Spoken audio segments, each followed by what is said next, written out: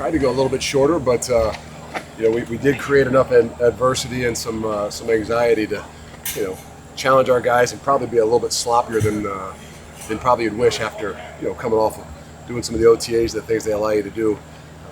And that's more so the second group. I think there's an anxiety level as you start camp and you leave campus that shows with some of the young guys and even some new guys that been through spring ball and been through some other things, been through these ability to have OTAs and do walkthroughs and what you're allowed to do a little bit more, and then you throw them into the camp setting and everybody understands that there's a human element. And there's some things that are going to start to add up, and that's where you see guys maybe cramp up a little bit and maybe get sick a little bit, but it's good. You got to have it. You got to push through it, but it's a good way to start.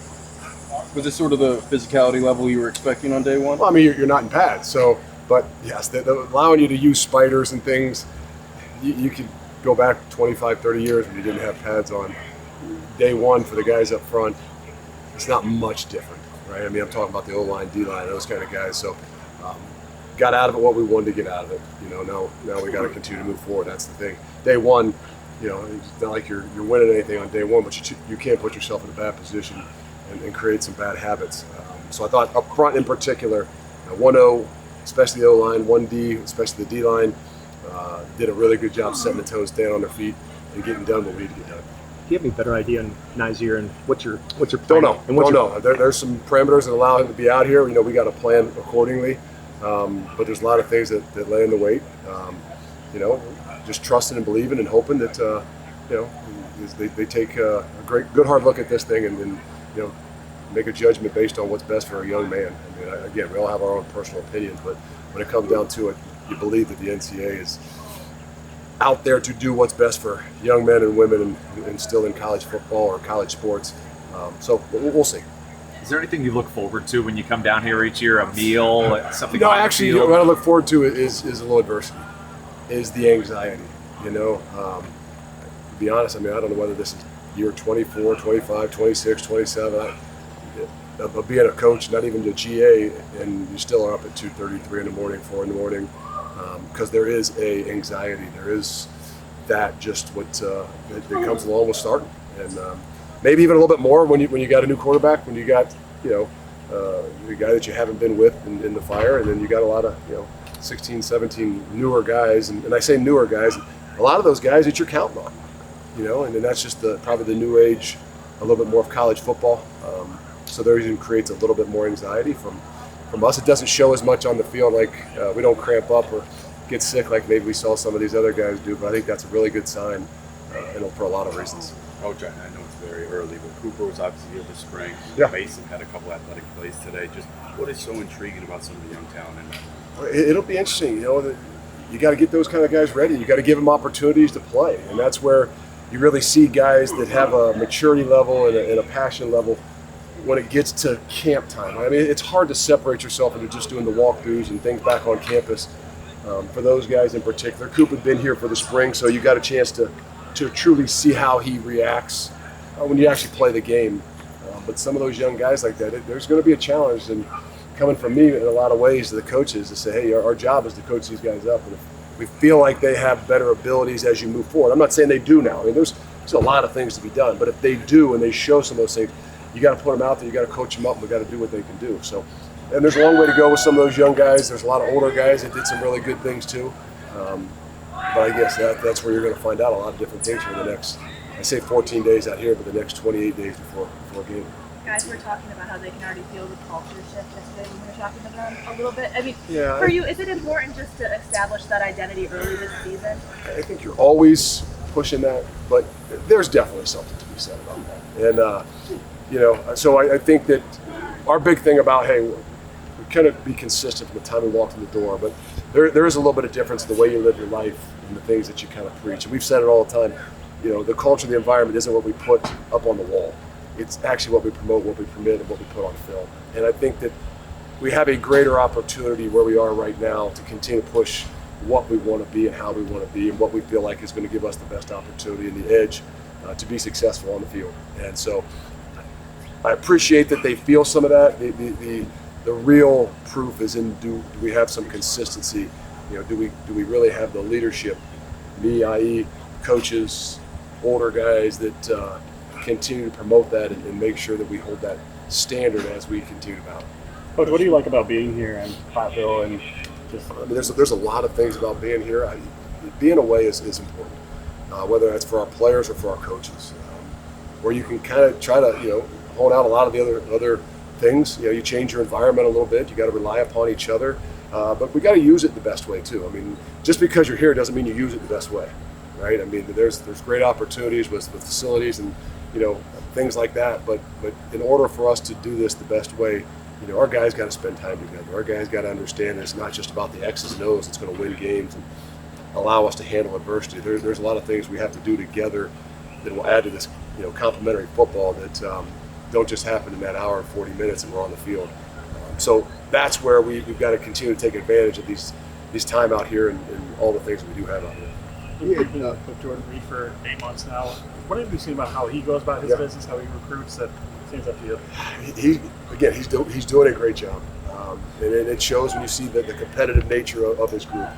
There's a lot on those guys. This is a new offense. I mean, obviously, a lot of those guys have been here since January or have gone through spring ball and some of the walkthroughs and things like that. But you're always trying to evaluate on their preparation, and then you try to evaluate as a whole in that group. What's the competitive level, right? What's the competitive spirit? And you can say, well, if you got great players, it doesn't really matter. Those guys are the ones who are going to play. I think what he has done is established some competitive nature in there. That, hey, there's a lot of new things we're asking wide receivers maybe to do that they hadn't done. Whether they're new here or even in the last 2 years. And that just might be line up closer to the line of scrimmage. That might be tight formations. That might be, some play action, some cracks, anything. But continue to see a buy-in, a competitive spirit. I know it's day one, but for the last 8 months, it's been impressive. Yeah, JP seems like a pretty steady guy. Yeah. I think we challenged him a little bit today in the finisher, trying to go 8 plays straight, which isn't normal.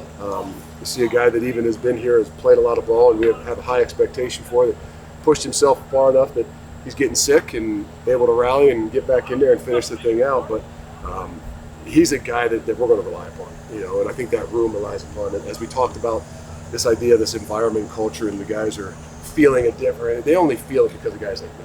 They only feel it because those guys are doing a better job of making sure we hold the standard, and whether it's in their room or in the whole. And I think that, when you're matching that thing up with the way you live and the guys you're putting in front of them, it gives you a greater opportunity to be able to continue to grow it.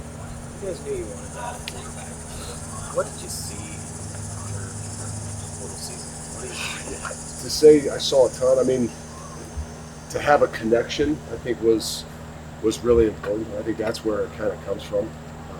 There's a lot of unknowns in a lot of those guys. I mean, he played 1 year or half a year, I think, at Southern Illinois. To say I knew a ton about him, to say I had studied him a lot, I'd be lying. But you do understand that there's a maturity level of a guy from what he's been through. There is a talent level, an arm talent level that's obvious to see. And in particular, that room, or just where we've been the last couple of years, not to say that you're preparing for injuries, but you got to find a way to make sure that you've got some competition in that room. And no matter what the season looks like, you got to have some guys that you feel confident that can go out there, and they've got some experience behind it. And I think that's what he provides.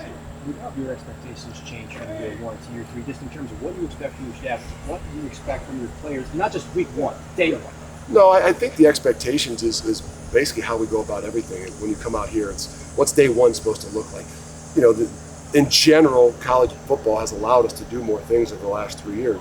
And what I mean by that is you have an opportunity to walk through in the summer. You have an opportunity to walk through in the winter. Obviously, you still have your spring football, but the expectations for how you kind of used all that time, there's an expectation. We came back for 2 weeks in the summer where maybe some, have a vacation time. Don't get me wrong. We got guys away from here as coaches. But to come back for those 2 weeks and really spend 8-9 hours a day here, getting ourselves ready for camp, breaking down the first 4 games, making sure we're around our players as long as we possibly can. I think that's where you start to see that expectation amongst your staff and those guys. They're going to do it, right? Just like you guys. You're told to be out here, you're going to be out here. But there's a difference in attitude of wanting to be and being a part of it and recognizing that you're taking some ownership in it. I think for me, that's probably been one of the more exciting things, is just to see a lot more of some of that. And, from both sides of the ball, just an ownership of, okay, there's an expectation, whether it's daily, what's going to look like on Saturdays, but there's an expectation, there's an ownership to all that we do. You and Mitchell talked about in the spring the desire to increase the protection of the punt unit, or punt return unit, I should say. How many punt returners do you want to try to cycle through here? We really like to have one, but Yeah. I mean, we got to figure that out. Vinny Anthony has done a good job, but we can't ask Vinny to do everything, right? I mean, Vinny's also a great kick returner. And, so do we have him kick return? Can he punt return? Can he play, how many snaps on offense? We got to be smart, but we got to see what Jane Ballard can do. We got to see what Tredge can do. There's some other guys we got to put back there, but if the punt's the most important play in football, that would kind of mean that the punt return can be maybe the second most important play in football. And nothing changes the dynamics, a field position battle in those two right there. And we were poor with it last year, and we're not going to accept that. We've got to do a better job, whether that's rush, hold up, but in particular, I think finding out who's going to give us the best opportunity to understand what their role is in this complementary football, if they're a punt return guy in particular. How do you feel the team has kind of embraced the changes both on the offensive and defensive side of the ball? Well, again, that's something you continue to see, right? I think there's a lot of excitement, right? Day one is day one. Spring ball is spring ball. The walkthroughs are the walkthroughs. There's a great attitude. Let's just be honest. Like, nobody likes where we finished and where we are or where we were. And that's what, if they came back for a reason. If they came to our program, they knew what they were signing up for. The ability for us to be consistent, to continue to not just be where we are, but continue to grow, that is going to be the challenge for us. So I feel great about where we are. I love the attitude. I think we've got a collective leadership group that gives us a much better chance to handle and continue to grow through all things that we're going to face in 130 days as we continue to roll. Was there any update on Corey Walker and kind of what he's dealing with right now? No, not. I mean, it's something a little bit new, just a tight back. He's a guy that's played a lot of football. I'm not overly concerned. You push a lot of young guys through a lot of different things, and then you do have some older guys, some mature guys that have done a lot, and there's where you got to be smart. So maybe one of the more difficult things when you've got new guys, you don't know. Some guys you got to protect from themselves. Some guys you got to push. A guy like Tretch, you got to make sure you protect him from himself, because he has one speed, and if you give him the green light, he's going to try to go every single rep. And so older guys, you got to trust a little bit that believe in where they are and what they're doing, and hopefully he'll be back out there maybe tomorrow or the next day. You guys Jake Cheney back out there? Or? Yeah. So what's his role? Well, he's got his phone by his side, so you just never know. But Jake, as you guys probably know, wants to be a coach someday, and I'm not saying football's over for Jake. But Jake's one of us, and if he's not in a camp, he'll be out here with us and continue to maybe move forward on what life after playing the game of football looks like. But he's still working out and making sure that if somebody calls, he's got his car ready to roll and we'll be going. But it's great to have him out here. You guys moved J.P. Denshaw over to left tackle. The first 3, 4, 5. I mean, we got to figure out what all that looks like. I mean, there's going to be some movement in the first few days to see how those things go. Again, you got to find 7 or 8, and so what that combination looks like, we still got to figure out. What are some of your goals, and what would we don't. I mean, goals. I mean, that's long term down the road. We always have one goal in this program is to play for championships, and not a whole lot of talk about that because there's a process to what we got to do, and there's a focus that we have to have. So we'll continue that. And so it's an objectives of what we got to do every single day. What we're going to get out of this first week, what we're going to get out of the second week, what we expect out of the 14 days here, and take that thing, as much one day at a time and have those objectives that we can measure as opposed to worried about the destination.